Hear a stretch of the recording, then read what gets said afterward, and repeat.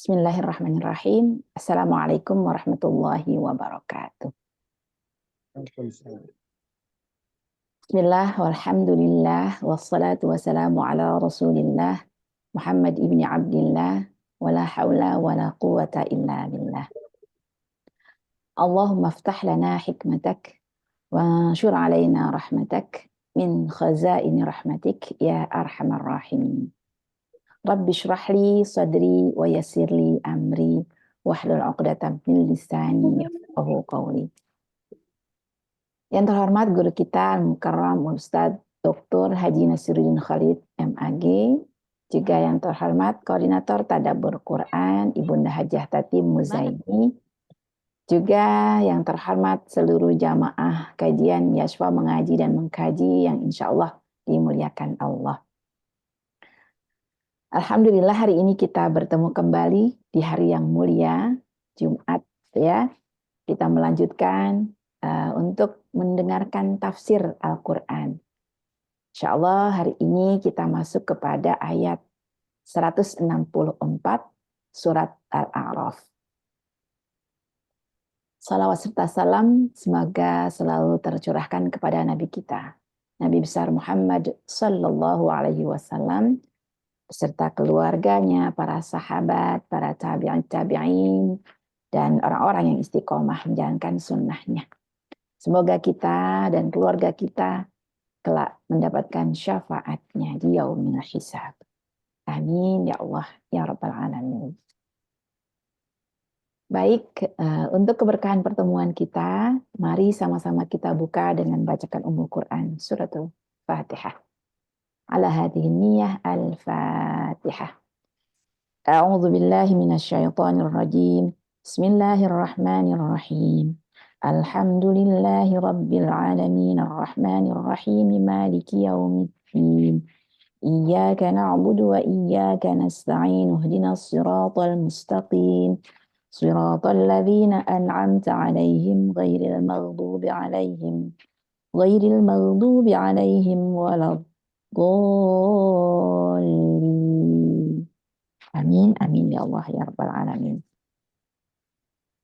Seperti biasa, untuk susunan acara kita adalah pembukaan, kemudian dilanjutkan dengan tilawah ayat-ayat yang akan ditafsirkan, kemudian tafsir Al-Quran, dan diakhiri dengan doa.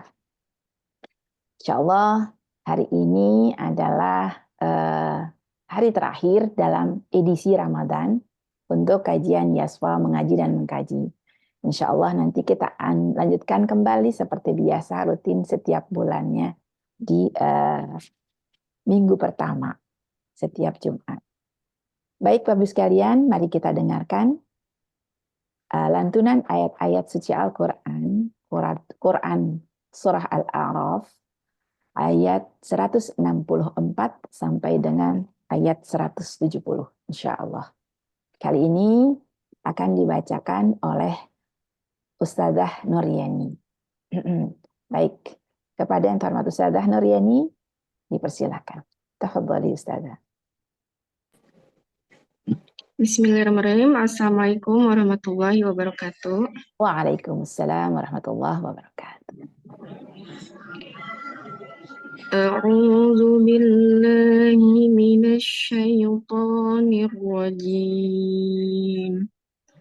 Bismillahirrahmanirrahim.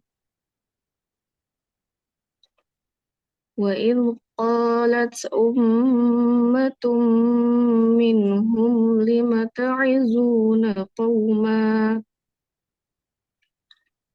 Allahu muhlikuhum aw mu'adzibuhum 'adzaban syadida.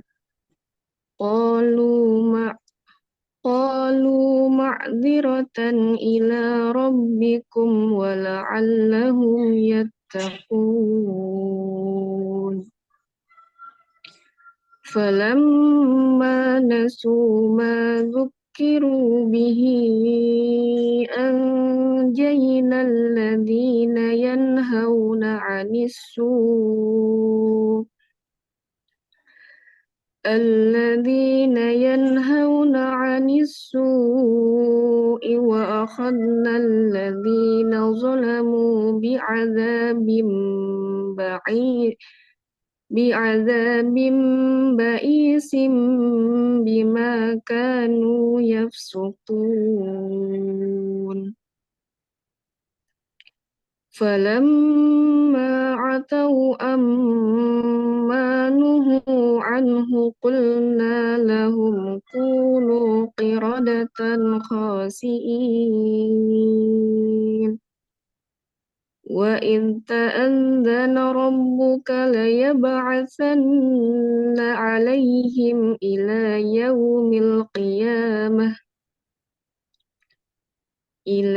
يوم القيامة من يسومهم سوء العذاب إن ربك لسريع العقاب وإنه لغفور رحيم وقطعناهم في الأرض أمما منهم الصالحون ومنهم دون ذلك وبلوناهم بالحسنات والسيئات لعلهم يرجعون فخلف من بعدهم خلق ورثوا الكتاب يأخذون أرض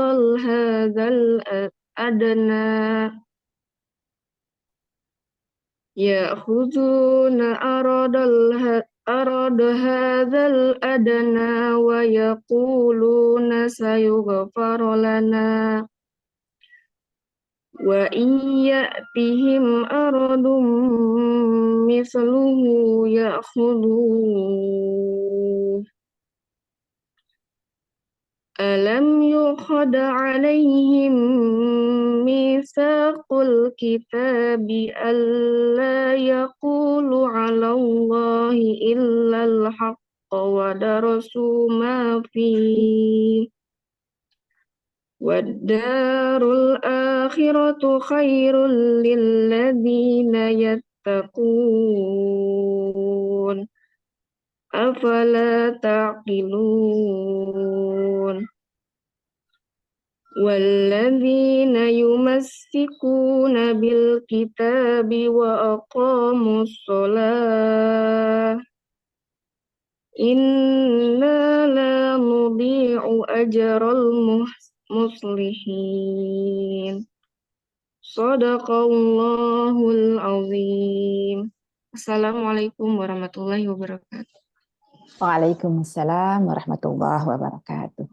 Shadaqallahul azim. Terima kasih banyak kepada Ustazah Nuryeni yang sudah membacakan ayat-ayat yang akan ditafsirkan hari ini. Baik, terima kasih Ustazah. Bapak Ibu sekalian, mari baik sama-sama kita dengarkan tafsir Al-Quran yang dibacakan tadi. Surat Al-A'raf mulai dari ayat 164 sampai dengan 170. Kepada guru kita yang terhormat Al-Ustadz Dr. Haji Nasiruddin Khalid, MAG, dipersilahkan.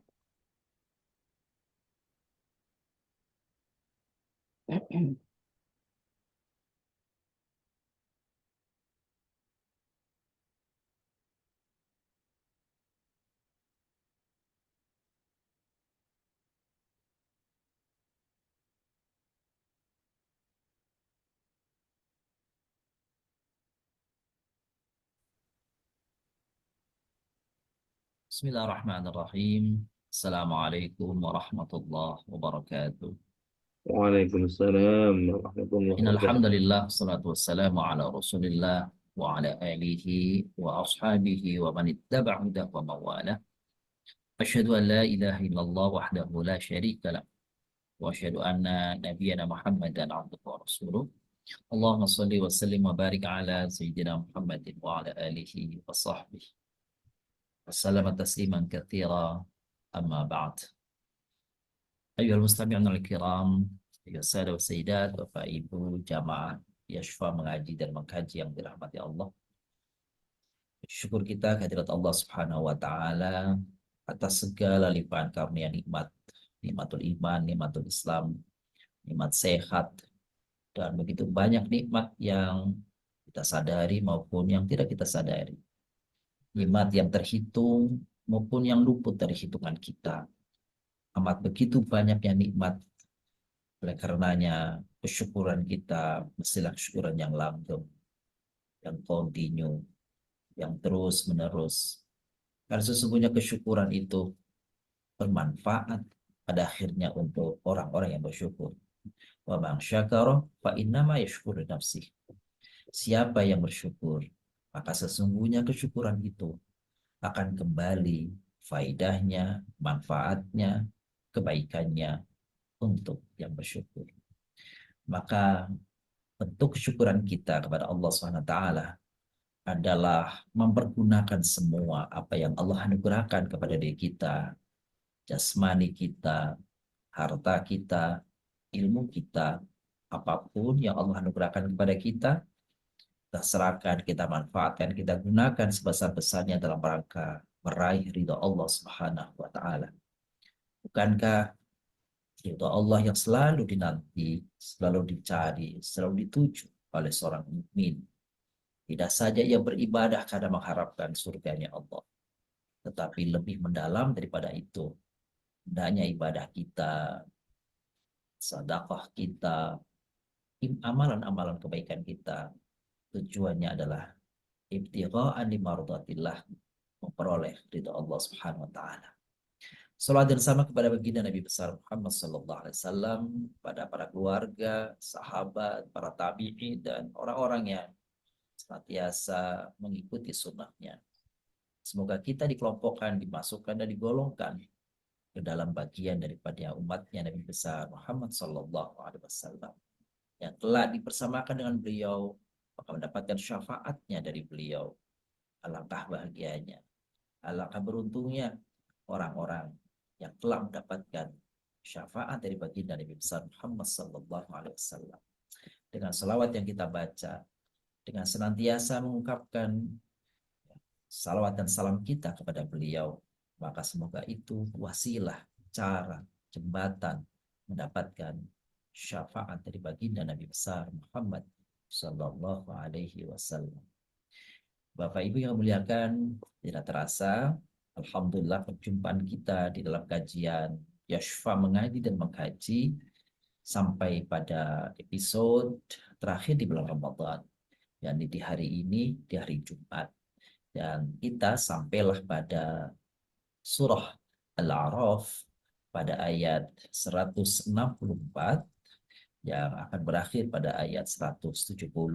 Yang insya Allah pada kesempatan pagi hari ini kami akan menyampaikan kepada Bapak Ibu semua tentang apa isi kandungan dalam surah Al-A'raf ayat 164 sampai dengan 170.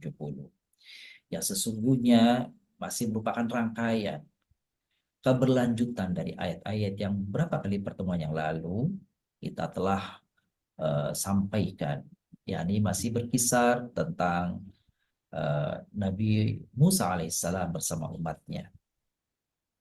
Bapak yang muliakan, tadi kita sudah dengarkan lantunan ayat-ayatnya. Sekarang ingin kami ketengahkan uraian singkat tentang apa yang sesungguhnya Allah pesankan kepada kita tentang Bani Israel yang sering sekali terus-menerus muncul pertanyaan-pertanyaan. Bukankah ketentuan Allah terhadap Bani Israel sudah banyak disebut dalam Al-Quran, tapi rasa-rasanya kok tidak ada yang mempan? Bukankah Allah tentukan bahwa Bani Israel itu akan mendapatkan azab Allah? Kok rasa-rasanya itu tidak terjadi? Bukankah Allah akan memenangkan yang hak dan menghancurkan yang batil?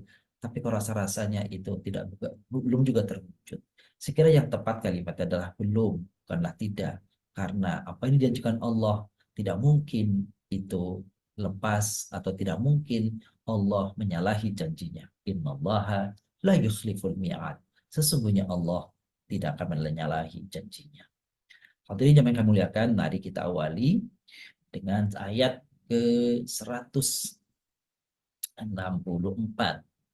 Di hari ini kita akan membahas tafsir surat Al-A'raf ayat 164 sampai dengan ayat 170. Pada ayat 164, Allah Subhanahu wa taala melanjutkan firman-Nya, "Wa idh qalat ummatun minhum lima ta'idhuna qauman illahu muhlikuhum aw mu'adzibuhum 'adzaban syadida qalu ma'dziratan ila rabbikum wa la'allahum yattaqun."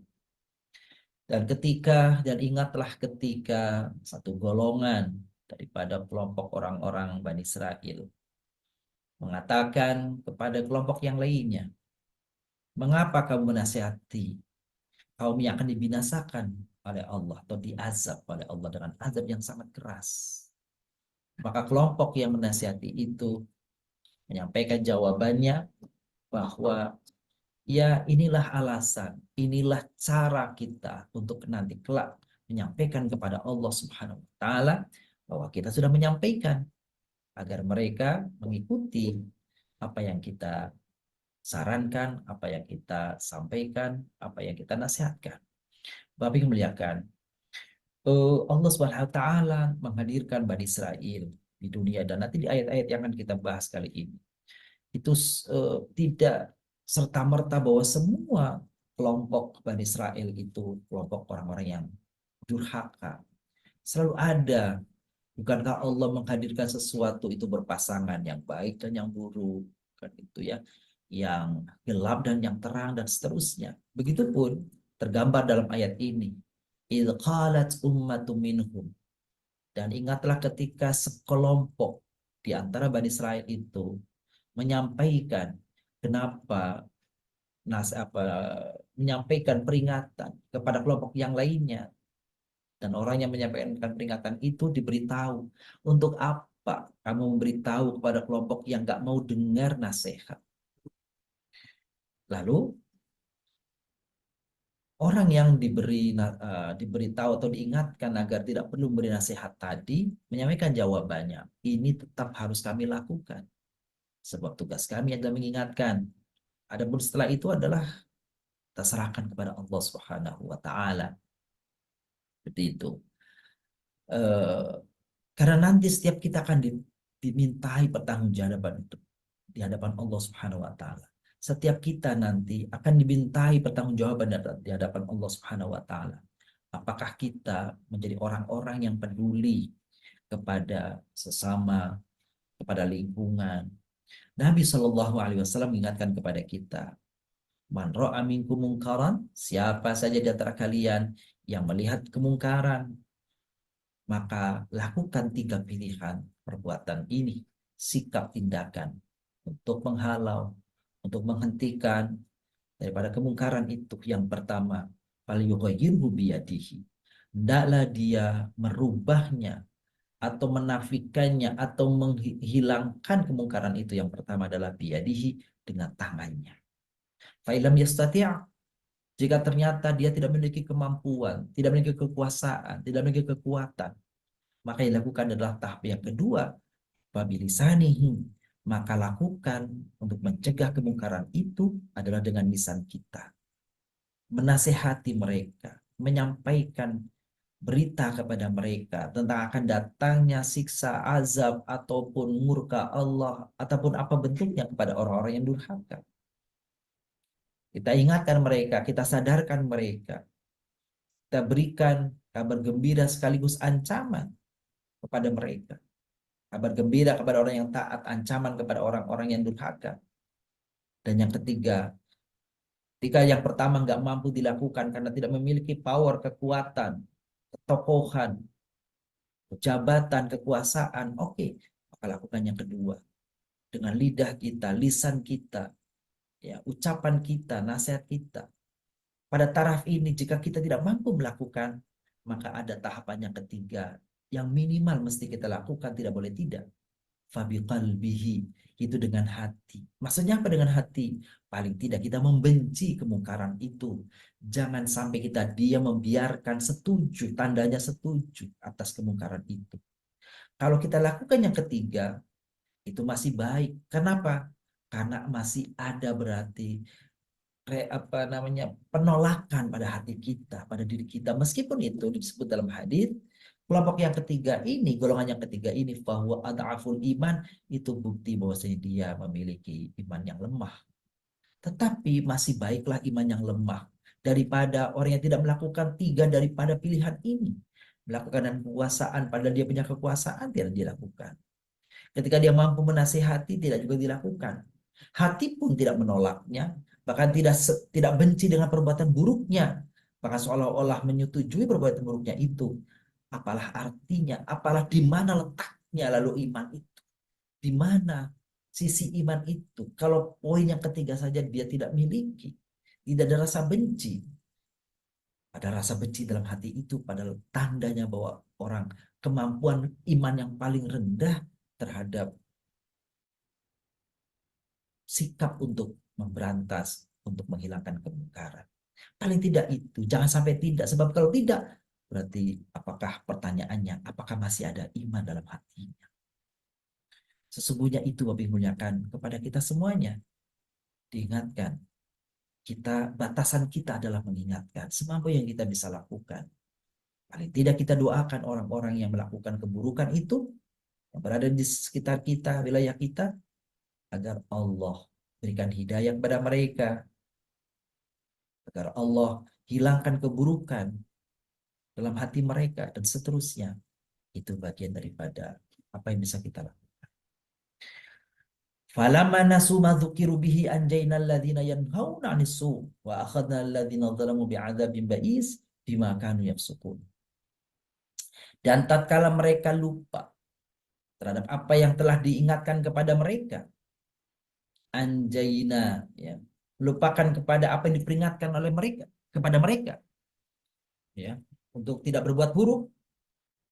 Anjainal ladzina yanhauna 'anis su, maka kami selamatkan orang-orang yang tadi mengingatkan tadi itu.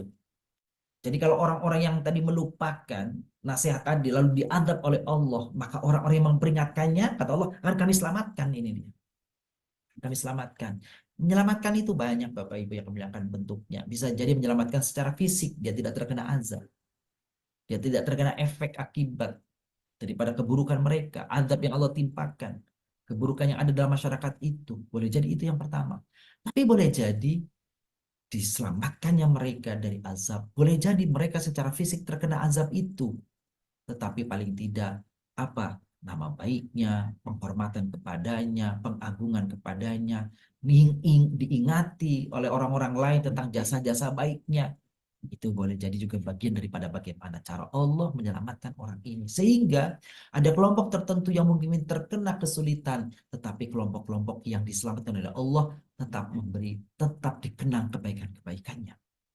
Itu juga bagian daripada cara Allah menyelamatkan. Anjainal ladzina yanhauna 'anis su'i wa akhadna alladzina zalamu, dan kami timpakan kepada orang yang berbuat zalim itu bi'adzabim ba'is, terhadap adab yang dengan adab yang keras. Bima kanu yafsukun, karena kefasikan mereka. Karena kemarin kita sudah bahas gitu ya tentang apa makna kefasikan itu. Hadirin jamaah yang kami muliakan. Pada ayat berikutnya, falamma atau amma nuhu anhu qulna lahum kunu qiradatan khasi'in. Bahwasanya orang-orang golongannya dari golongan Bani Israel, orang-orang yang tidak mau mendengar peringatan, bahkan mereka melampaui batas, bahkan mereka terus di dalam kedurhakaannya, terus menerus di dalam pengingkaran, kedurhakaan dan kezalimannya, maka qulna lahum kunu qiradatan khasi'in, maka Allah firmankan, Allah kutuk mereka, kunu qiradatan khasi'in, jadilah kalian kerak-kerak yang menghinakan. Hadirin yang mereka muliakan, sebenarnya ayat ini ada padanannya. Kalau kita lihat, coba kita pada ayat yang lain yang mirip dengan redaksi ayat ini, yaitu ada pada surat Al-Baqarah ayat 65, seperti itu, dan surat Al-Maidah ayat 60. Pada surat Al-Baqarah ayat 65, Allah mengatakan, Sesungguhnya kalian telah mengetahui. Laqad alimtumul ladzina i'tadaw minkum fis sabat faqulnu lahum kunu qiradatan khasi'in. Ketika kalian tahu orang-orang yang melampaui batas. Siapa yang melampaui batas? Ya orang-orang Bani Israel, orang-orang Yahud dari Bani Israel. Melampaui batas apa? Melampaui batasnya sudah diingatkan, jangan kalian melanggar hari Sabtu. Jangan kalian gunakan hari Sabtu untuk ya bekerja, untuk mengail ikan, tapi gunakan hari Sabtu untuk beribadah. Tapi kalian tidak mendengarnya. Ada lagi diingatkan agar kalian ketika agar kalian meminta ampun kepada Allah, tapi mereka mengubah. Mengubah apa? Mengubah kalimat mohon ampun kepada Allah dengan meminta gandum kepada Allah. Dan seterusnya dan seterusnya. Maka hal seperti ini diadabkan, ditimpakan adabnya kepada mereka. Pada ayat ini itu dan pada surah Al-Baqarah ayat 65 gitu ya. Itu disebutkan mereka dikutuk menjadi qirodah, menjadi kurdah.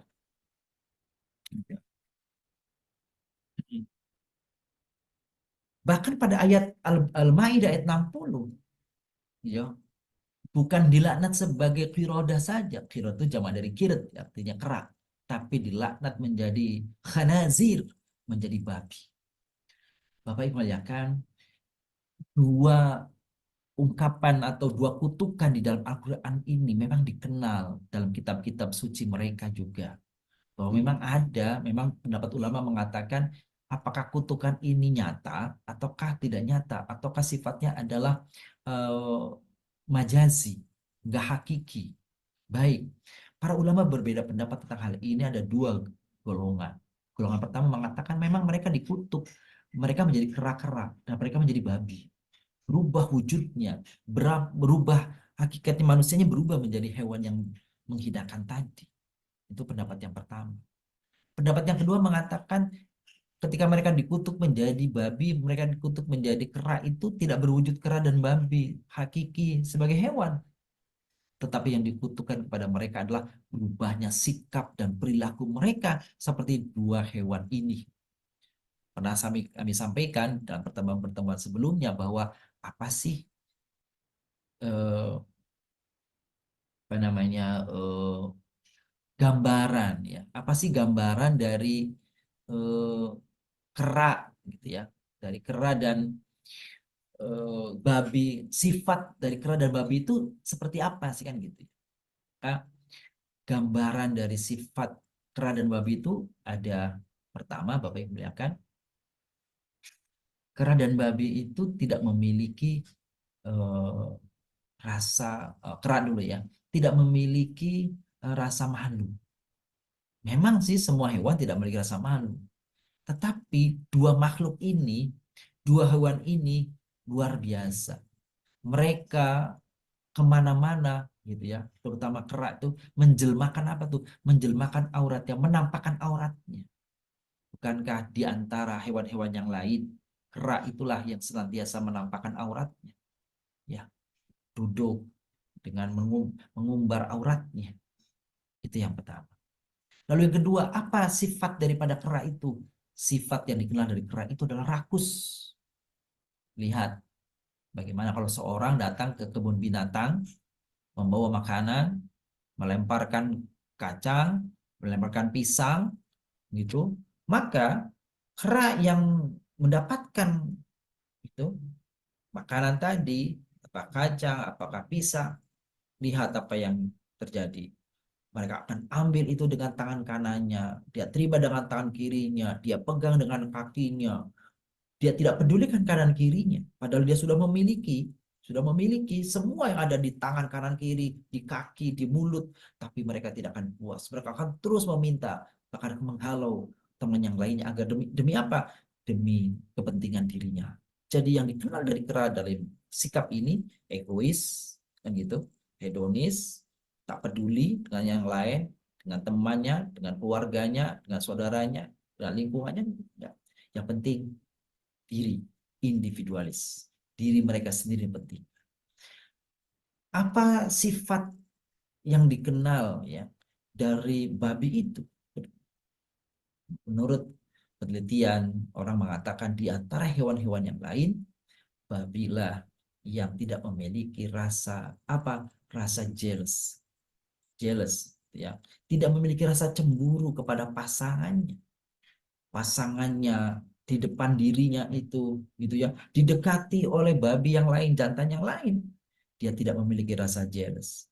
Bahkan kalau dia kemudian gitu didekati kan gitu, diperlakukan tidak sesenonoh di hadapannya, dia tidak peduli. Itu dia. Apalagi sifat babi yang apa namanya yang menjijikkan itu, nauzubillah min dzalik ya, yaitu mereka, mohon maaf sekali lagi, mohon maaf, menurut penelitian bahwa babi itu memakan kotoran, nauzubillah min dzalik. Nah, sifat-sifat ini Bapak Ibu muliakan tadi itu, pertama sifat tidak tidak memiliki rasa malu. Kera dan babi nih, kalau kita gabungkan nih sifatnya tidak memiliki rasa malu, rakus, individualis, kan gitu, tidak punya rasa jealous tadi, cemburu kepada pasangan yang didekati orang yang lain, dipergunakan oleh yang lain, cuek aja, bahkan mungkin berganti-ganti pasangan. Dan yang terakhir tadi apa tuh? Memakan kotoran sendiri. Sikap-sikap inilah yang muncul pada diri mereka. Individualis, tidak peduli. Secara keumuman, kita tidak bicara kasus per kasus. Secara umum orang-orang Yahudi itu memiliki sifat itu. Sifat individualis. Bukankah di dalam Al-Quran disebutkan bahwasanya kalau ada golongan non-Yahudi meminjam, maka mereka akan tagih sebisa-bisa agar balik uang itu kepada kelompok Yahudi. Tapi sebaliknya, jika orang Yahudi yang meminjam kepada non-Yahudi, maka mereka menganggap itu bukanlah pinjaman tapi hak mereka. Sehingga kalau ditagih, mereka tidak segan, tidak apa namanya, tidak bersegera untuk melayaninya, tidak bersegera untuk melunasinya. Bahkan kalau ditungguin untuk ditagih untuk membayarnya, ia pun berogah-ogahan. Kenapa mereka bilang mereka menguasai itu, mereka merasa memiliki itu, mereka menganggap rendah kelompok lain. Apapun dimakan orang Yahudi. Bukankah ribawi, praktek ribawi itu dikembangkan oleh Yahudi? Yang haram mereka makan, mereka ambil semua. Nah, itulah sifat daripada orang-orang Yahudi. Maka persis seperti yang tercantum di dalam ayat ini, mereka dikutuk oleh Allah SWT menjadi kera dan babi. Boleh jadi memang fisik mereka tidak berubah menjadi kera dan babi, tapi yang berubah adalah sifat dan perilaku mereka. Kita lanjutkan ayatnya. Wa ita'adzana rabbuka la yab'atsanna 'alaihim ila yaumil qiyamati may yasumuhum su'al 'adzab inna rabbaka lasalul 'iqab wa innahu laghafurur rahim. Nah, ini Bapak Ibu kan, ini seringkali yang dipertanyakan oleh orang. Kalau kita lihat terjemahannya kan, ingatlah ketika Tuhan memberitahukan bahwa sungguh Dia akan mengirimkan kepada mereka Bani Israel, mengirimkannya. Mengirimkan kepada mereka Bani Israel itu apa? Akan terus akan dikirimkan kepada mereka azab yang menimpakan kepada mereka keburukan-keburukan sampai kiamat. Gitu ya. Sampai kiamat. Inna rabbaka lasari'ul iqab, sesungguhnya Tuhanmu itu maha cepat untuk memberikan azab. Tapi sisi lain, wa innahu laghafurur rahim. Mereka Allah itu maha pengampun lagi maha rahim. Bapak Ibu muliakan, Allah itu memiliki sifat selain ghafur itu halim. Seringkali ada orang bertanya, kenapa ya? Itu kok mereka nggak diazab kan gitu? Atau diantara kita melakukan perbuatan ya, yang hakikatnya bisa mendatangkan murka Allah, tapi juga tidak segera didatangkan tuh. Maka ingat, ada salah satu sifat tidak Asmaul Husna, yakni Al-Halim. Apa itu Al-Halim? Al-Halim itu sesungguhnya Dia mampu. Pada hakikatnya Allah Maha Kuasa untuk menimpakan azab. Tapi Dia tidak bersegera menimpakan itu karena rasa kasih dan sayangnya kepada Dia. Padahal kalau diperturutkan murkanya, maka akan ditimpakan segera murka itu kepada mereka. Tapi Allah menahan pada orang-orang yang layak untuk dikasih azab, dikasih siksaan, diberikan yakni keburukan. Allah tunda, menunda untuk memberikan azab itu. Itulah sikap Al-Halim. sifat dari Asmaul Husna yang Allah miliki. Lalu di mana kebenaran daripada kalimat Allah akan mengirim?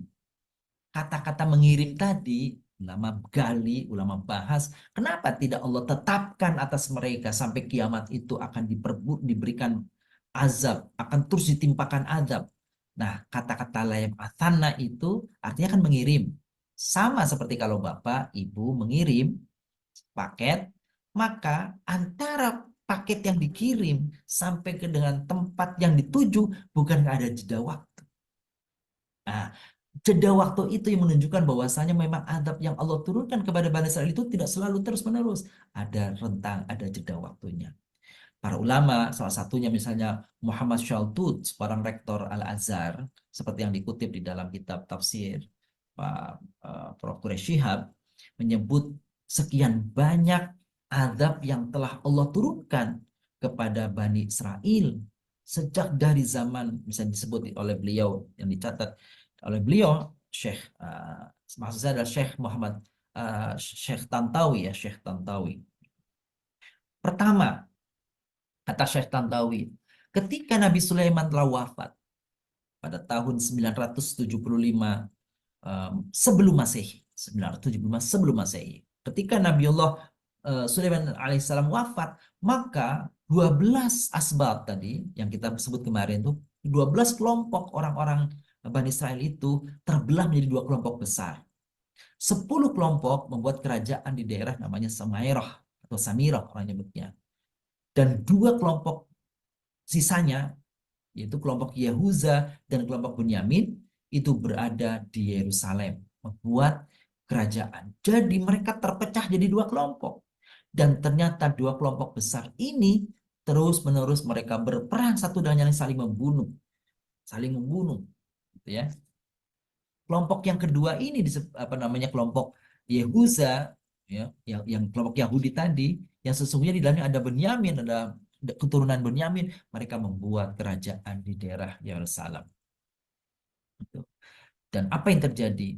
Pada saat mereka saling menghancurkan itu, di saat kerajaan, yaitu pada kerajaan Buktensir ya, Buktensir atau Nebukadnezar, yaitu tahun 586 sebelum Masehi, apa itu?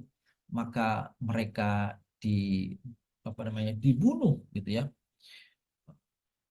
Raja Asyur juga telah melakukan ketika dia menguasai kerajaan Israel, kerajaan utara, yaitu kerajaan tadi yang 10 kelompok tadi, membunuh ribuan dari kelompok lawannya.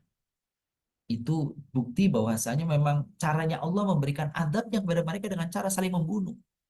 Lalu pada tahun antara 536 sampai 332 sebelum Masehi, orang Yahudi mengalami semacam ya tenanglah kan gitu. Ada jeda ketenangan. Gitu ya. Tetapi pada tahun 320 Masehi, sebelum Masehi maksud saya, maka Alexander the Great ya, ya, menyerang dan menghancurkan Yerusalem serta menawan 100.000 orang Yahudi dan mengirimnya mereka ke Mesir. Itu 320 sebelum Masehi. Lalu pada tahun 20 sebelum Masehi, ya, penguasa Salukus di Suriah berhasil mengalahkan penguasa Romawi.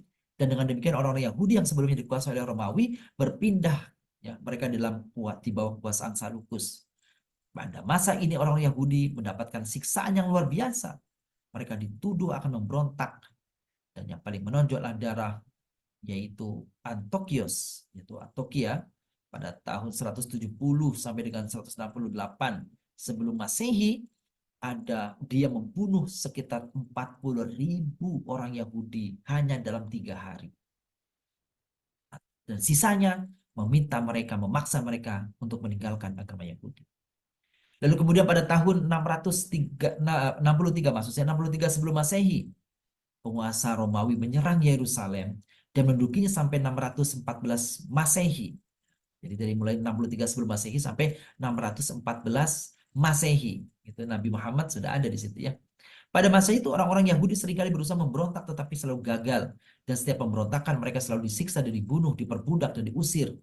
Penyiksaan yang populer yaitu pada saat rajanya adalah Raja Titus yang menghancurkan Yerusalem, membunuh ribuan Yahudi, dan membakar tempat peribadatan mereka.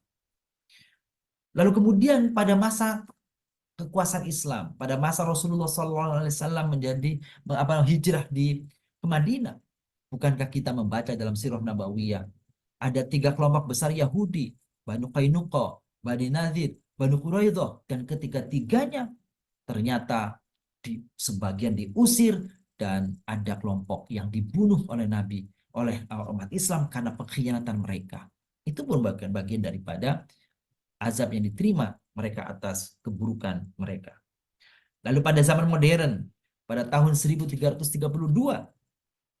ya, orang-orang Yahudi mendapatkan siksaan dari bangsa Eropa, yaitu oleh bangsa Inggris, oleh Inggris, ya, pemerintahan Inggris. Yaitu pada tahun itu Raja Edward I memerintahkan mengusir orang-orang Yahudi dari Inggris dalam waktu 3 bulan. Mereka tidak boleh lagi ada tinggal di di Inggris gitu. Tapi kemudian ketika Raja Charles, ya, Raja Charles I itu kemudian dia menumbangkan atau dia mengambil alih Raja Edward sehingga atas bantuan orang Yahudi, sehingga di masa Raja Charles I orang-orang Yahudi bisa balik ke Inggris. Lalu di Perancis misalnya, masyarakat pun menolak kehadiran orang-orang Yahudi di Perancis karena mereka menganggap krisis ekonomi dengan praktik ribawi. Ya, pada pada Raja Louis IX ditetapkan ketentuan pembebasan masyarakat Prancis dari dari bangsa Yahudi. Itulah, jadi begitu banyak peristiwa-peristiwa secara bertahap seperti itu yang diarahkan kepada bangsa Yahudi, diusir, dibunuh, dan sebagainya. Lalu kita lihat di Italia, para pope, itu paus, ya, dan para pemuka agama Katolik mengecam amat pedas orang Yahudi yang menamai mereka sebagai bangsa-bangsa yang dibenci. Para pemuka agama mereka mendorong masyarakat menyerang untuk membunuh serta menghina tuntunan agama mereka yang berdasarkan kitab Talmud yang merupakan salah satu pegangan orang-orang Yahudi. Bahkan pada tahun 1242 keluar ketentuan Pope, ya, yang memerintahkan pembakaran Talmud, dan pada tahun 1540 masyarakat telah menyerang orang-orang Yahudi dan membunuh ribuan dari mereka, kemudian mengusir mereka dari Italia. Di negara Italia pernah orang Yahudi dibunuh, diusir, mereka jumlahnya bahkan ribuan. Di Spanyol, ya, di Spanyol kita kenal adanya penyiksaan terhadap orang Yahudi. Mereka hanya mengalami ketenangan hanya beberapa saat saja pada masa pemerintahan Islam. Justru di pemerintahan Islam mereka damai, mereka mendapatkan perdamaian. Tapi begitu kerajaan Islam runtuh di Spanyol, lalu kemudian Raja Ferdinand yang berkuasa dan istrinya Ratu Isabel itu yang kejam itu, maka kebencian terhadap orang Yahudi mencapai puncaknya sehingga pada tahun 1952 itu Raja Ferdinand dan Ratu Isabel mengusir semua orang Yahudi, laki-laki perempuan, keluar dari Spanyol dalam waktu 3 bulan. Lalu di Rusia pun demikian. Pada tahun antara 1881-1882 terjadi penyiksaan dan pembunuhan terhadap orang-orang Yahudi dan para petani dari golongan mereka. Itu semuanya dibunuh nih, ya, orang-orang Yahudi. Dan yang terakhir yang lekat pada ingatan kita di Jerman, ya, pada abad ke-18 mereka menindas secara ekonomi, ya. Ketika mereka berkuasa mereka menindas secara ekonomi bangsa Jerman, maka bangsa Jerman kemudian melakukan perlawanan dan puncaknya adalah ketika Hitler jadi penguasa. Dan pada saat Hitler jadi penguasa itulah kemudian Hitler dengan tentaranya membunuh dan menyiksa mereka, ya, sampai antara tahun 933 sampai dengan 95 yang kita kenal dengan istilah Holocaust itu. Jadi begitu banyak rentetan-rentetan. Kalau melihat ini Bapak yang muliakan, maka kita yakin apa yang terjadi sekarang, orang Yahudi sedang berada di atas angin. Mereka sedang merasa dibantu oleh negara-negara yang lain. Ingat, ketetapan Allah ini pasti akan terjadi. Bukankah mereka sekarang mungkin sedang merasa menang, tapi bukankah dunia mengecam sekarang ini, gitu ya, mengecam sekarang ini. Dan memang orang-orang yang mendukung dalam hal ini, Amerika dan sebagainya, sesungguhnya mereka hakikatnya adalah juga orang-orang Yahudi, sehingga mereka kelihatannya adalah bangsa lain yang mendukung. Bukankah Eropa sekarang dikuasai tangan-tangan invisible hand, tangan-tangan di balik layar mereka adalah orang-orang Yahudi. Jadi kalau kita yakin dengan ayat ini, pada saatnya boleh sekarang mereka merasa menang dari orang-orang yang berada di Gaza, kan gitu. Dan ternyata yang dimaksud dengan bahwa Allah akan mengirimkan rasa apa namanya siksaannya itu boleh jadi rasa siksa itu rasa takut. Orang-orang Israel itu merasa terancam sekarang ini dengan adanya misalnya pasukan Hizbullah ya di Lebanon yang dibantu oleh Iran misalnya. Pasukan sebagai pasukan di Syria, juga pasukan mujahidin Palestina dengan Brigade Al-Qassam yang berani mati itu ya. Mereka sesungguhnya takut itu. Mereka merasa nggak nyaman, merasa nggak tentram. Dan itu adalah bagian, tidak tentram itu adalah bagian daripada azab Allah Subhanahu wa taala. Wa qatta'nahum fil ardi umama minhumus salihun wa minhum duna dzalik wa balawnahum bil hasanat was sayiat la'allahum yarji'un. Lagi-lagi Al-Quran memberikan fakta bahwasanya ketika Al-Quran bicara Bani Israel sekalipun atau Yahudi sekalipun, tidak semua orang Yahudi itu semuanya durhaka kepada Allah, durhaka kepada nabinya. Ada kelompok yang mereka beriman. Bukankah pada zaman Nabi Muhammad SAW, Abdullah bin Salam misalkan, itu adalah tokoh yang masuk Islam dari kalangan Yahudi, ulamanya dari kalangan ulamanya masuk Islam, sehingga apa, tidak bisa dipukul rata semua Yahudi itu kafir, semua Bani Israel itu durhaka, ingkar kepada Allah. Ada yang ingkar, banyak yang ingkar. Bukankah disebut dalam Al-Quran ya, apa minhumul mu'minun wa aktaruhumul fasikun, sebagian kecil dari mereka beriman tapi sebagian besarnya adalah mereka kafir. Fasik itu artinya kafir di situ. Benar sebagian kecil, tetapi itu menunjukkan bahwa keautentikan Al-Quran, objektivitas Al-Quran tidak menyatakan semua Yahudi itu kafir, tapi ada di antara mereka kelompok-kelompok yang memang menerima risalah, beriman kepada Allah dan Rasul Nabi Muhammad SAW. Wa balanahu bil hasanati was sayiat, kami timpakan ke mereka, uji mereka dengan hasanat dan sayiat. Memang ujian itu Bapak Ibu yang kami muliakan bukan hanya kesusahan. Ujian itu bukan hanya kesengsaraan, ujian itu bukan hanya kemiskinan, bahkan ujian bisa dalam bentuk kebahagiaan, kesenangan, berlimpahnya harta, berlimpahnya anak. Itu bagian daripada al-bala, ujian. Orang dikasih anak, ujian. Enggak dikasih anak, juga ujian. Diberi harta, ujian. Enggak dikasih harta, ujian. Tidak diberi ilmu, ujian. Diberi ilmu, juga ujian. Nggak dapat kekuasaan, itu ujian. Ketika diberikan kekuasaan, itu juga ujian. Bukan hanya wah nikmat, enggak, ujian juga. Orang kan kalau lagi susah, wah ujian. Kalau lagi senang, dapat jabatan, wah dapat rahmat, dapat anugerah, dapat amanah. Iya sih, tapi amanah itu adalah bagian dari ujian. فَخَلَفَ مِنْ بَعْدِهِمْ خَلْفٌ وَرِثُوا الْكِتَابَ يَأْخُذُونَ عَرْضَ هَذَا الْأَدْنَى وَيَقُولُونَ سَيُغْفَرُ لَنَا. Ada kelompok yang datang berikutnya. Jadi seakan-akan memang akan terus menerus lahir generasi-generasi dari Yahudi itu, yang selalu saja sikap dan wataknya nggak jauh-jauh dari sebelum-sebelumnya. Warithul kitab, yang mewarisi Alkitab. Yahuduna, tetapi mereka apa? Mengambil keuntungan dunia, yaitu mengutamakan kepentingan dunia daripada kepentingan yang lainnya. Bahkan mereka menghalalkan segala cara, mau melakukan praktek ribawi dengan semena-mena. Gitu. Pokoknya mereka lakukan apa saja sesuka hati mereka. Kenapa? Wa yaquluna sayaghfir lana. Karena mereka berdalih Tuhan pasti akan mengampuni kita. Wa iyatihim ardu mithluhu ya'khudhuhu. Alam yu'khad alaihi mitsaqul kitabi alla yaqulu 'ala Allah ilal haqq wa rasuluhu ma fi. Padahal sudah dikatakan kepada mereka, berjanji, mengambil janji dari mereka agar mereka tidak mengatakan sesuatu yang salah tapi atas nama Allah. Gitu ya. Mereka hanya mengatakan sesuatu yang benar saja atas nama Allah, tapi yang terjadi tidak demikian. Mereka mengatakan bahwa kalaupun kami nanti diadab, lantamasana nar ila ayyama ma'dudat. Kalau kita nanti disiksa, paling juga beberapa hari, nggak apa-apa. Kalau masuk neraka paling 3 hari, enak saja gitu ya. Itu mereka punya keyakinan seperti itu. Atau tadi tuh saya farulana, nggak apa-apa kita lakukan, nanti kita tobat dimaafin sama Allah. Kayak demikian. Maka diingatkan, wa darul akhirah khairul ladzina yattaqun, afala taqilun. Sesungguhnya kehidupan akhirat itu jauh lebih baik, tapi bagi orang-orang yang bertakwa, orang yang mau menaati perintah Allah dan mau menghindari apa yang dilarang oleh Allah SWT.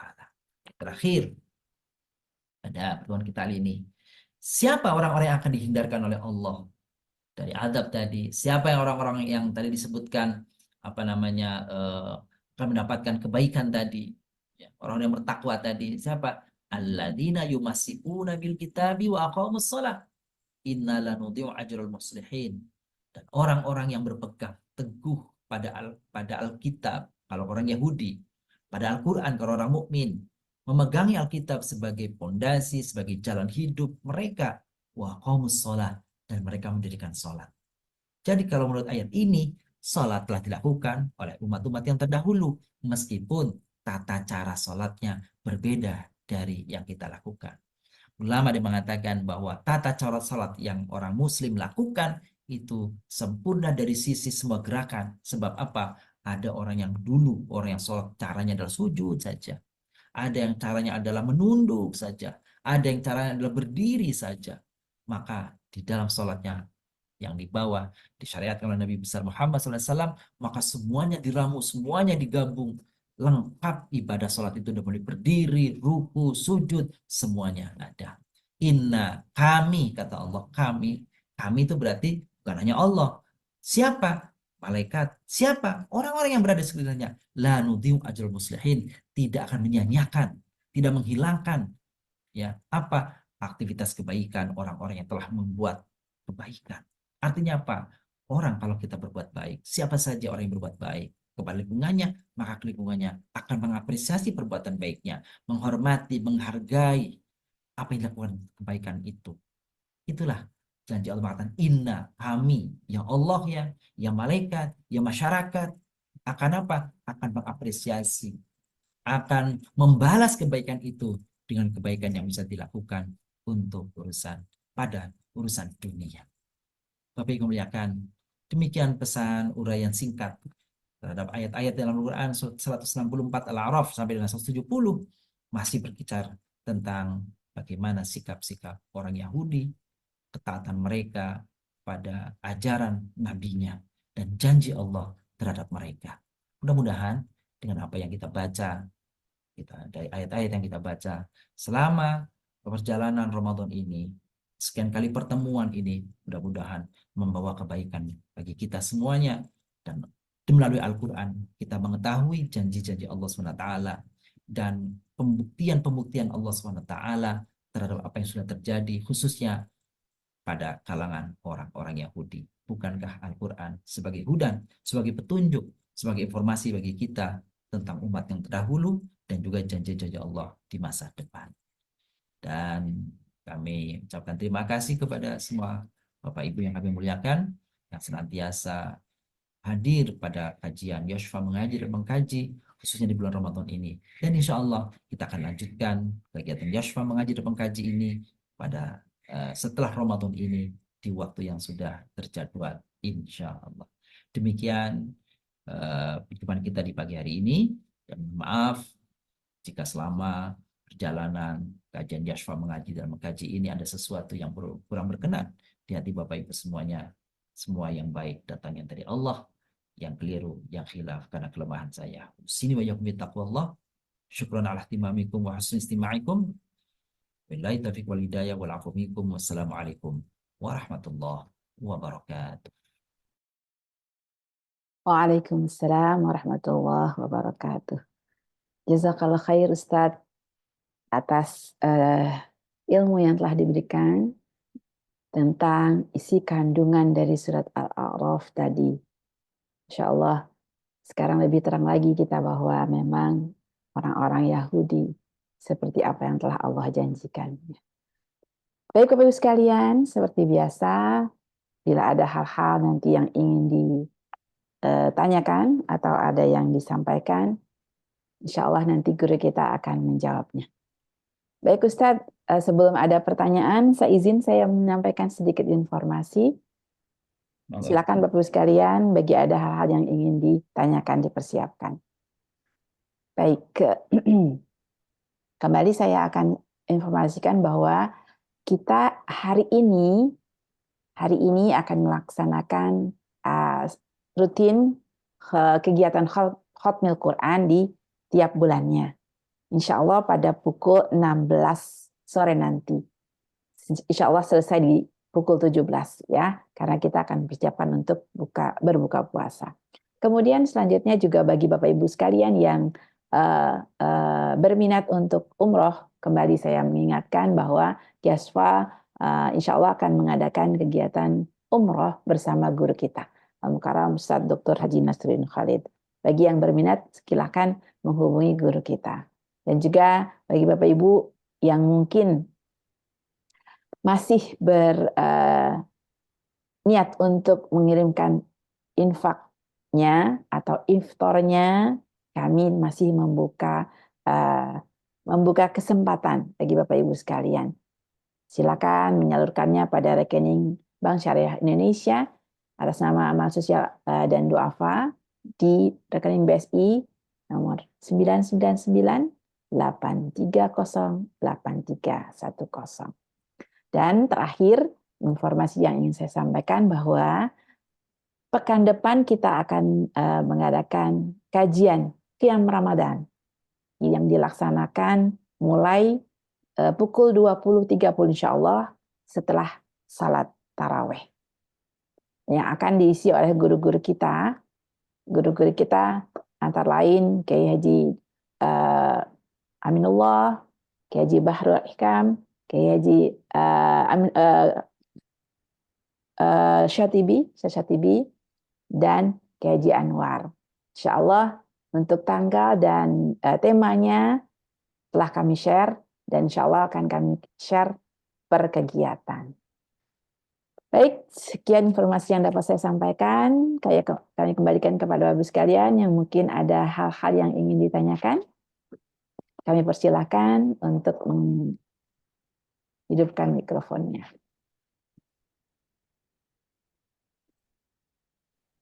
Baik, alhamdulillah mungkin penjelasan Ustadz sudah cukup jelas. Baik Ustadz. Boleh Oh boleh. Bu Kinana. Oh boleh, baik Bunda Yurnelis, silakan. Ya. Assalamualaikum Ustadz. Waalaikumsalam warahmatullahi wabarakatuh.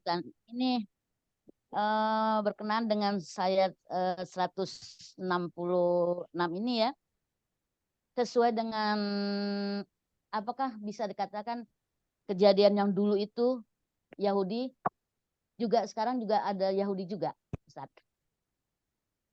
Apa zaman sekarang masih bisa dibilang katakan Yahudi gitu, sesuai dengan kiradatan hasin.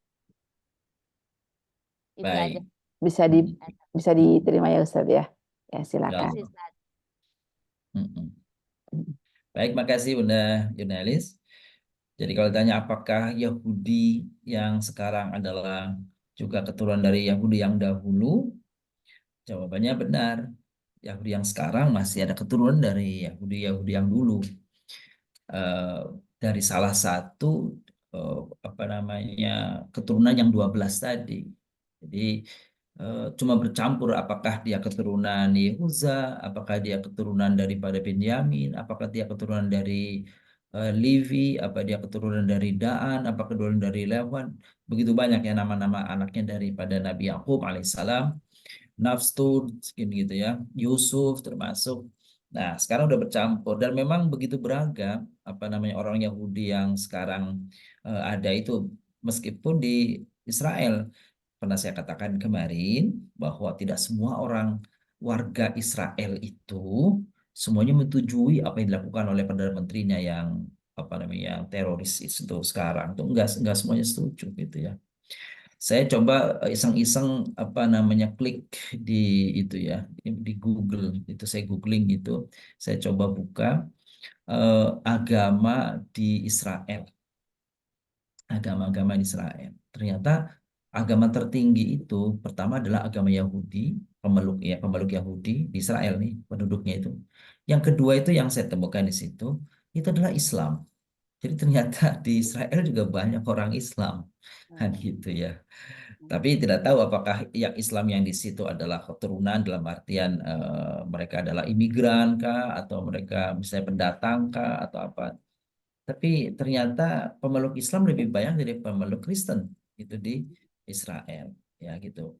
Dalam artian memang mayoritas adalah pemeluk Yahudi kan seperti itu ya. Jadi itu yang kita temukan. Jadi kaget juga ya ternyata di Israel itu saya pikir semuanya Yahudi gitu. Ternyata iya. banyak orang Islamnya kan gitu.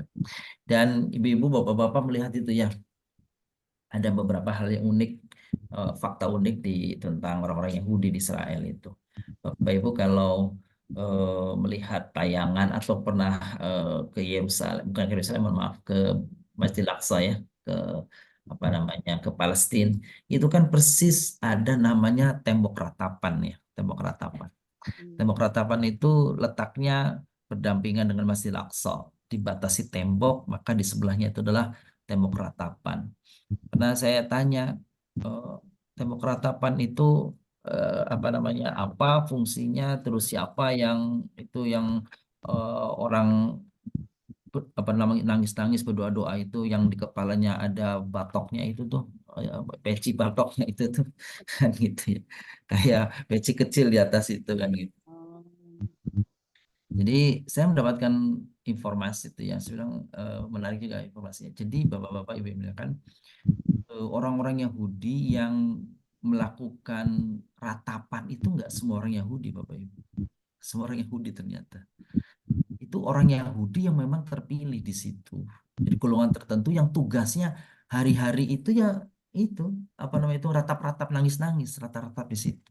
Jadi mereka itu mewakili kaum Yahudi yang lain untuk meratap-ratap dan mereka kalangan yang istimewa mereka itu jadi nggak sembarang orang datang ke situ terus nangis-nangis enggak itu gitu ya jadi mereka kelompok khusus bahkan karena khususnya mereka itu yang saya dengar informasinya Allah alam begitu dengan guide yang ada dari Palestina itu ya mereka itu tugasnya hanya seperti itu meratap-ratap menangis-nangis kan gitu mereka tidak perlu bekerja karena mereka sudah dijamin hidupnya oleh pemerintah, oleh apa namanya, ada golongan Yahudi. Terus kenapa? Mereka termasuk golongan yang tidak wajib wamil.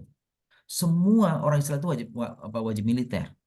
Maka lihat kalau Bapak Ibu pas memasuki Masjid Al-Aqsa itu tentaranya itu masih muda-muda banget anak-anak kayak lulus-lulus SMA kan gitu, masih sangat muda-muda kan gitu ya.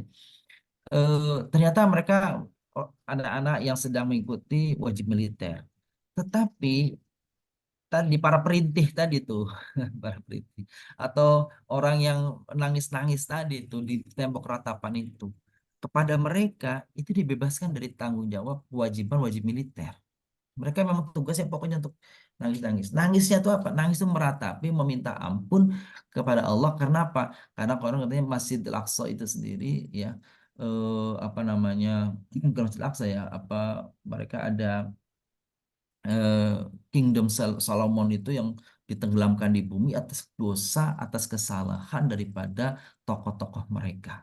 Kan gitu ya. Jadi ada kerajaan Yahudi yang ditenggelamkan ke bumi dimusnahkan itu karena tidak lain adalah karena kesombongan daripada para pemimpin-pemimpinnya. Untuk itu tanggung jawab kelompok ini yang meminta ampun gitu kepada oh, Tuhan. Meskipun Tuhannya gitu ya, Tuhannya apakah yang dimaksud adalah Allah karena mereka menyebutnya Yahweh, Yahweh, Yahweh. Yahweh itu ada yang mengatakan kalau bilang Yahweh itu Yahuwa, Hua itu Allah kan gitu. Tapi ya oh, Allah alam lah kira-kira begitu ya. ya, sampai Jadi sekarang. itu fakta unik ya, fakta unik. Jadi mereka ya Yahudi yang dulu itu Bu, apa bahwa mereka itu memang tersesat atau mereka itu adalah jauh dari ajarannya, yaitu di Al-Quran sendiri ketika kita baca Al-Fatihah kan ghairil maghdubi Oh iya. alaihim. Orang-orang yang Iya. dimurkai, kenapa dimurkai? Membunuh para nabinya, memutarbalikkan fakta, apa namanya, memutarbalikkan ayat-ayat kitab sucinya, itu kan dilakukan dari dulu gitu. Eh, Kalau keturunannya, ya mereka adalah keturunan Yahudi. Dan Al-Quran tidak mungkin, tentu saja Al-Quran tidak mungkin tidak valid karena tadi itu ayat kita baca Allah akan menimpakan kepada mereka azab terus menerus meskipun ada jeda-jeda waktunya. Jadi karena ayatnya berbicara seperti itu berarti orang itu akan selalu ada sampai akhir masa. Wallahu a'lam bishawab. Berarti sifatnya lari juga ke Indonesia ya Ustaz ya, orang-orang Indonesia. Kalau itu, Maaf. wah tergantung dah, gitu ya. Yang sekarang nih maaf. Oke, Iya, mana? Iya iya, bisa maaf. jadi gitu ya. Jadi karena memang mereka menguasai orang yang begitu menguasai dunia ya, menguasai apa? Menguasai media dunia, menguasai ekonomi dunia. Sehingga kalau orang yang menguasai sangat mudah sekali untuk memasukkan apa namanya itu nilai-nilai, memasukkan budaya-budaya mereka, begitu ya. Jadi dahulu ada seorang tokoh orientalis yang mengatakan untuk apa namanya menghancurkan Islam tidak perlu engkau memurtadkan orang Islam. Ini kata orientalis. Untuk menghancurkan Islam itu engkau tidak perlu memurtadkan orang-orang Islam, memurtadkan anak-anak muda Muslim. Cukup mereka itu tidak mengerti agamanya, cukup jauhkan mereka dari masjid, cukup mereka ajak mereka ke klub-klub dan sebagainya, maka disediakan apa namanya berbagai macam apa namanya itu ya hiburan yang menjadikan mereka lupa kepada agamanya, mereka jauh dari agamanya. Itu kalau seperti itu udah cukup, nggak perlu mereka dimurtadkan gitu kan. Meskipun ada tetapi susah gerakan memurtadkan orang Islam itu susah. Tapi hendaklah menggunakan cara lain yaitu apa? Menjauhkan mereka dari ajaran. Wallahu a'lam. Begitu, Pak. Iya, Terima kasih baik Ustaz. Bunda Yurnanis. Penjelasannya Iya, dan nambah batin Ustaz. iya, baik. Dan katanya orang Yahudi itu cerdas dan pinter ya kelebihannya ya Ustaz. Baik, baik. Ada lagi kira-kira yang mau menambahi mungkin? Oh, baik. Bunda Ade. Monggo, monggo, Bu. Silakan, Bu Ade. Iya. Silakan. Ustaz, Ya. Assalamualaikum. Ustaz, Waalaikumsalam Bapak Ibu. warahmatullahi wabarakatuh. Terima kasih Bu Kinan atas Sama-sama. kesempatannya. Monggo. Jadi tadi Ustaz kelompok Bani Israel yang ikut Nabi Musa yang 12 kelompok itu terpisah menjadi 2. Ya. Satu 10 kelompok menjadi di kerajaan Samairah ya. Sumairah atau Samirah. Samirah, terus yang Lagi 2 orang itu kerajaan Yehuda, Yerusalem. Yerusalem. Di situ ada Benyamin, Ustaz. Benyamin adiknya Nabi Yusuf. Iya. Oh, jadi itu sebetulnya Bani Israel yang diselamatkan dari Laut Merah dari kejaran Firaun, Ustaz. Iya. Itu aja untuk menegaskan bahwa Iya, betul. setelah ditolong begitu dahsyat gitu ya, tapi 10 kelompok itu malah menjadi istilahnya menjadi penjahat gitulah ya. Bukannya bersyukur. Itu aja Ustaz untuk menegaskan aja. Ya, Terima jadi kasih. benar Bapak Ibu muliakan, Nabi Yakub itu kan punya anak 12 ya. Anak-anak Nabi Yakub itu 12. Nah, kalau 12 itu namanya ini cuma nama aslinya itu. Kalau sekarang kan sudah agak beda-beda ya. Namanya itu Rabil, Yahuza, Shamun itu kalau bahasa kita Simeone. Itu kalau orang-orang Itali kan ada namanya Simeone itu ya. Oh, Gitu ya. itu. Iya, terus Levi itu itu kalau di sini Levi itu Levis itu tuh dari situ tuh. Gitu ya. Jadi ada Yahuda, Shamun, Levi, lalu kemudian ada yang dari Adan, istrinya Nabi Yakub itu kan 4 ya, istri Nabi Yakub 4. Lalu yang dari ada istrinya namanya Rahil, yang bahasa kitanya Rahel. Kan Ragil. Ya, Rahel itu. Ragil. Ragil mah orang itu. Itu orang Jawa itu Ragil mah. Nah, dari Rahel itu punya anak 2, yaitu namanya Yusuf dan Bunyamin. Jadi yang dimaksud waktu zaman Nabi Musa tinggal generasi-generasi berikutnya, Bun. Gitu. Benar ada generasi dari Nabi dari Bunyamin, ada generasi dari Nabi Yusuf, ada generasi dari Yehuza. Nah, yang kuat itu adalah dari Yehuza itu, sehingga mereka kemudian membuat semacam suku yang paling khas dari Bani Israel itu Yahudi. Padahal Yahudi itu salah satu dari 12 anaknya Nabi Yakub alaihissalam. Namanya itu adalah Yahuza, lalu kita sebut namanya, kita kenal bilang Yahudi orangnya. Yahuda itu ya suku, ya kemudian juga orang sebut sebagai agama, seperti itu. Baik, itu ya namanya. Saya bilang sering ini juga, ada bapak-bapak kalau yang dari Tangerang kalau mau ke Jakarta lewat Daan Mogot. Nah, Daan itu nama anaknya itu kelompok Yahudi itu, Daan. Daan gitu ya. Asher, Naftil gitu. Terus ada Zebulon, ada. Jadi 12 jumlahnya. 12 semua.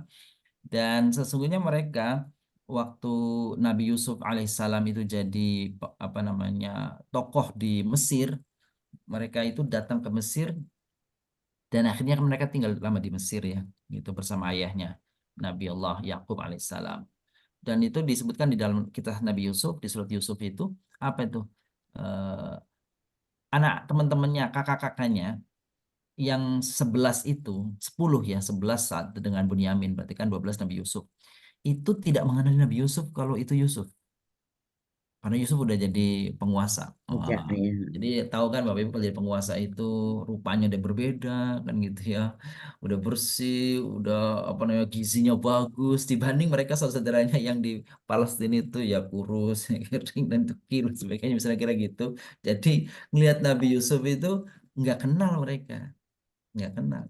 Karena kan sudah mereka buang tuh usia masih kecil ya, ada yang 8 atau 10 tahun. Kira-kira gitu tuh. Nah, Nabi Yusufnya tahu ini kakak-kakak saya dulu yang membuang saya nih kan gitu. Kalau katanya gitu kan, kalau mereka wajahnya nggak berubah kan gitu. Kalau Nabi Paling Yusuf ganteng wajahnya kali udah Yus. berubah. Kan, Yusuf gitu. paling ganteng kali ya. Iya, betul. Nah, akhirnya dibuatlah trik supaya dia sudah kangen lama pengen ketemu dengan adiknya Bunyamin, maka dibuatlah trik bagaimana karungnya Bunyamin itu diisi ada salah satu piala atau tempat ya, tempat untuk mengukur gandum dimasukkan ke dalam petinya itu di dalam karungnya itu supaya nanti Bunyamin ditahan. Nah, ketika ditahan berarti bisa berlama-lama kan? Bisa setahun tuh Bunyamin itu berada dengan Yusuf kan gitu dan seterusnya. Jadi eh, itu memang keturunan dari atasnya seperti itu. Masih ada seperti itu. Tapi mungkin sekarang udah agak sulit untuk di apa namanya itu diklasifikasi ini keturunan siapa agak sulit ya.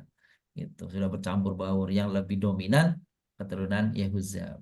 Ada informasi yang mengatakan Yehuza itu di antara nama anaknya Nabi Yakub yang paling pinter. Ya, dulu mengatakan Yehuza itu diantaranya namanya anaknya Nabi Yakub yang paling taat, yang paling soleh. Ada yang mengatakan begitu. Ya wallahualam, karena itu kan tafsir macam-macam ininya. Bahkan yang mengatakan jangan kamu bunuh Yusuf, kamu buang saja Yusuf. Gitu. Kadang nggak tega. Ini yang mengatakan yang menasihati ini kakaknya namanya Yehuza tadi. Tapi ada juga yang mengatakan Yehuza itu diantara anaknya yang paling jahat. Susah lah ya, karena itu tafsiran semua. Jadi bisa saja sudut pandangnya bisa beda-beda. Itu baik. Wallahu a'lam bishawab. Alhamdulillah. Mudah-mudahan tambah jelas ya Bu Ade ya. Masya Allah Bu Ade. Kebetulan bukinan di Asalam juga Pak Ustadznya lagi membahas surat Yusuf. Jadi Masya Allah, yang piala itu ya, yang piala dimasukkan ke itu. Masya Allah. Terus bukinan Alhamdulillah. saya izin ya nanti Al-Quran. Oh, Khatmil. Oh, iya. Sama dengan bareng dengan di musola Ustadz. Iya. Tapi saya udah baca sama Bu Penny, udah baca. Ya, siap. Baik. Ya, nggak apa-apa Bu Ade. Iya. Baik, terima kasih banyak Bu Ade dan Bu Yunais untuk pertanyaannya. Saya kira cukup untuk pertanyaan hari ini ya Ustadz ya. Alhamdulillah. Izin. Alhamdulillah. Kajian demi kajian sudah kita ikuti untuk kajian Yaswa Mengaji spesial Ramadan ini. Nah, Kami mohon maaf bila dalam kegiatan masih banyak terdapat kekurangan ya. Mudah-mudahan kita kembali ketemu lagi di pertemuan yang sudah dijadwalkan seperti biasa. Baik Bapak sekalian, mari sama-sama kita dengarkan untuk keberkahan pertemuan kita doa yang akan disampaikan oleh guru kita. Kepada Ustadz Nasruddin Khalid, dipersilakan. Tafadhol Ustadz. Baik, terima kasih Udah Bapak yang muliakan. Sebelum kita doa, kita bacakan Al-Fatihah dengan harapan Fatihah yang kita bacakan Allah hadirkan kebaikan pahalanya untuk orang tua kita. Amin. Orang tua kita yang telah mendahului kita, wabil khusus orang tua kita yang sudah masih berada bersama kita. Amin. Semoga Allah langgengkan, sehat, afiatkan beliau dan kuatkan jasmaninya, rohaninya untuk senantiasa dekat kepada Allah SWT dan kelak akhir daripada usianya semoga Allah takdirkan beliau dan kita semuanya dalam keadaan husnul khatimah. Al-Fatihah juga kita mohonkan kepada Allah SWT agar kiranya Allah limpahkan kebaikan keberkahan untuk kita dan keluarga, anak-anak kita, harta kita, apa saja yang Allah titipkan untuk kita di dunia ini. Al-Fatihah kita bacakan juga untuk orang-orang yang masih ada di sekitar kita yang sedang sakit, mendapatkan ujian oleh Allah, baik penyakit, kesulitan, kesusahan, himpitan, apapun. Semoga Allah segera hadirkan kesembuhan bagi keluarga kita, kita dan keluarga kita. Allah sembuhkan yang akan operasi beberapa saudara kita dan atau sedang menjalani operasi atau telah menjalani operasi, semoga Allah segera pulihkan kondisinya, diberikan ketabahan, kesabaran. Al-Fatihah juga untuk semua orang-orang yang jamaah yang telah menyisihkan sebagian rezekinya bersedekah di mana tempat maupun khususnya di pesantren Yashfa untuk kita dakwah. Semoga Allah membalas berlipat ganda kebaikan yang langgeng, keberkahan yang berulang-ulang, yang langgeng, yang terus-menerus berlipat gandakan kebaikannya, diberikan kebaikan di dalam hidupnya, dalam keluarganya. Bitirkan ya wa ala kullatin salihah wal hadratin bil Mustafa Rasulullah sallallahu alaihi wasallam. Al-Fatihah. أعوذ بالله من الشيطان بسم الله الرحمن الرحيم الحمد لله رب العالمين الرحمن الرحيم مالك يوم الدين إياك نعبد وإياك نستعين اهدنا الصراط المستقيم صراط الذين أنعمت عليهم غير المغضوب عليهم ولا الضالين آمين استغفر الله العظيم استغفر الله العظيم استغفر الله العظيم من كل ذنب عظيم اللهم صل وسلم وبارك على سيدنا محمد وعلى آله وصحبه أجمعين والحمد لله رب العالمين نحمدك ونستعينك ونستهديك ونتوب ونتوكل عليك ونثني عليك الخير كله اللهم لك الحمد كله ولك الشكر كله إليك يرجع الأمر كله علانيته وسره اللهم إنا نسألك رضاك والجنة ونعوذ بك من سخطك والنار اللهم إنك عفو كريم تحب العفو فاعف عنا يا كريم اللهم بارك لنا في حياتنا بارك لنا في أبصارنا بارك لنا في أجسادنا بارك لنا في أموالنا بارك لنا في أولادنا بارك لنا في بيوتنا وبارك لنا في أهلنا وبارك لنا في كل شيء على كل شيء أعطيتنا يا ربنا اللهم أعنا على ذكرك وشكرك وحسن عبادتك اللهم اجعلنا ممن أدرك ليلة القدر اللهم اجعلنا وأهلنا ممن أدرك ليلة القدر بفضلك يا أرحم الراحمين اللهم اختمنا بالصالحات أعمالنا وبالحسنة آجالنا اللهم ربنا تقبل منا صلاتنا وصيامنا وقيامنا وركوعنا وسجودا وتخشعنا وتعبدا وتمن تقصيرنا يا رب العالمين ربنا آتنا في الدنيا حسنة وفي الآخرة حسنة وقنا عذاب النار صلى الله على نبينا محمد وعلى آله وصحبه وسلم والحمد لله رب العالمين Amin ya Allah. Amin, amin ya Allah ya Rabbal Alamin. Terima kasih banyak Ustadz. Semoga Allah mengijabah doa-doa kita. Amin ya Allah. Amin. Sekali lagi juga terima kasih kepada Bapak Ibu sekalian yang sudah mengikuti kegiatan ini dari awal hingga saat ini, kegiatan Yaswa Mengaji dan Kaji. Juga kepada seluruh santri-santri Yaswa yang sudah ikut mendukung dalam program Yaswa Mengaji dan Kaji edisi Ramadan ini. Semoga semua ibadahnya Allah terima dan Allah mendapatkan balasan yang sebaik-baik balasan. Amin ya Allah. Ya Rabbal Alamin. Kami segenap tim manajemen mengucapkan sekali lagi terima kasih dan mohon maaf. Insya Allah kita ketemu lagi edisi Ramadan di tahun yang akan datang. Mari sama-sama kita akhiri pertemuan ini dengan ucapan hamdalah dan menutup majelis. Alhamdulillahirrahmanirrahim. Subhanakallahumma wa bihamdika asyhadu an la ilaha illa anta astaghfiruka wa atubu ilaik. Akhir kata, wal afu minkum. Wassalamualaikum warahmatullahi wabarakatuh. Waalaikumsalam warahmatullahi wabarakatuh. Terima kasih Ustaz. Assalamualaikum. Terima kasih Bunda Kinana. Assalamualaikum warahmatullahi wabarakatuh. Warahmatullahi wabarakatuh. Semua teman-teman. Semoga sehat.